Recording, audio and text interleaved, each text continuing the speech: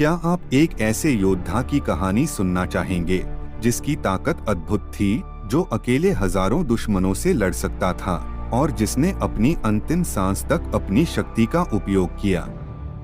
यह कहानी है शिमशोन की, एक ऐसा वीर योद्धा जिसे परमेश्वर ने इस्राएलियों को पलिश्तियों से मुक्त कराने के लिए चुना था।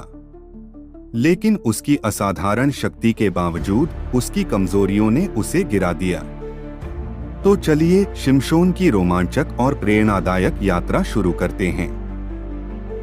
बहुत समय पहले इस्राएलियों पर पलिश्तियों का शासन था।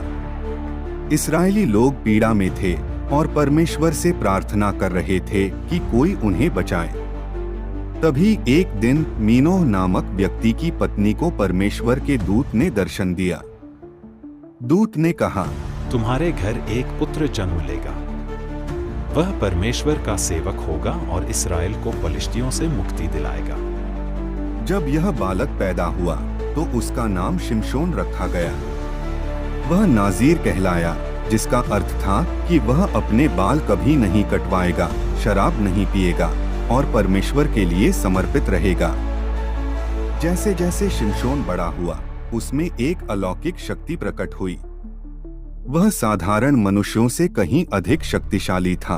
एक दिन शिमशोन तिम्ना को गया और तिम्ना में एक पलिश्ती स्त्री को देखा।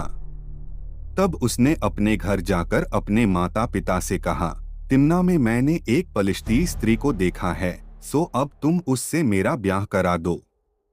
शिमशोन अपने माता पिता को साथ लेकर तिम्ना पहुंचकर वह तिम्ना की दाख की बारी के पास पहुंचा। अचानक एक शेर ने उस पर हमला किया। परमेश्वर की सामर्थ्य शिमशोन पर आई और उसने नंगे हाथों से शेर को मार डाला। अपना यह काम उसने अपने पिता व माता को नहीं बतलाया। शिमशोन तिम्ना में पलिश्ती स्त्री से बातचीत की और वह उसे अच्छी लगी। कुछ दिनों के बीतने के बाद वह उसे लाने के लिए तिम्ना के लिए निकलता है और उस सिंह की लोथ देखने के लिए मार्ग से मुड़ गया। तो क्या देखा कि सिंह की लोथ में मधुमक्खियों का एक झुंड और मधु भी है। तब वह उसमें से कुछ हाथ में लेकर खाते खाते अपने माता पिता के पास गया और उनको यह बिना बताए कि मैंने इसको सिंह की लोथ में से निकाला है, कुछ दिया और उन्होंने भी उसे खाया। तब उसका पिता उस स्त्री को देखने गया और शिमशोन ने वहां दुल्हों के लिए रीति के अनुसार भोज किया। उसे 30 साथी दिए गए। शिमशोन ने उनसे कहा, मैं तुमसे एक पहेली कहता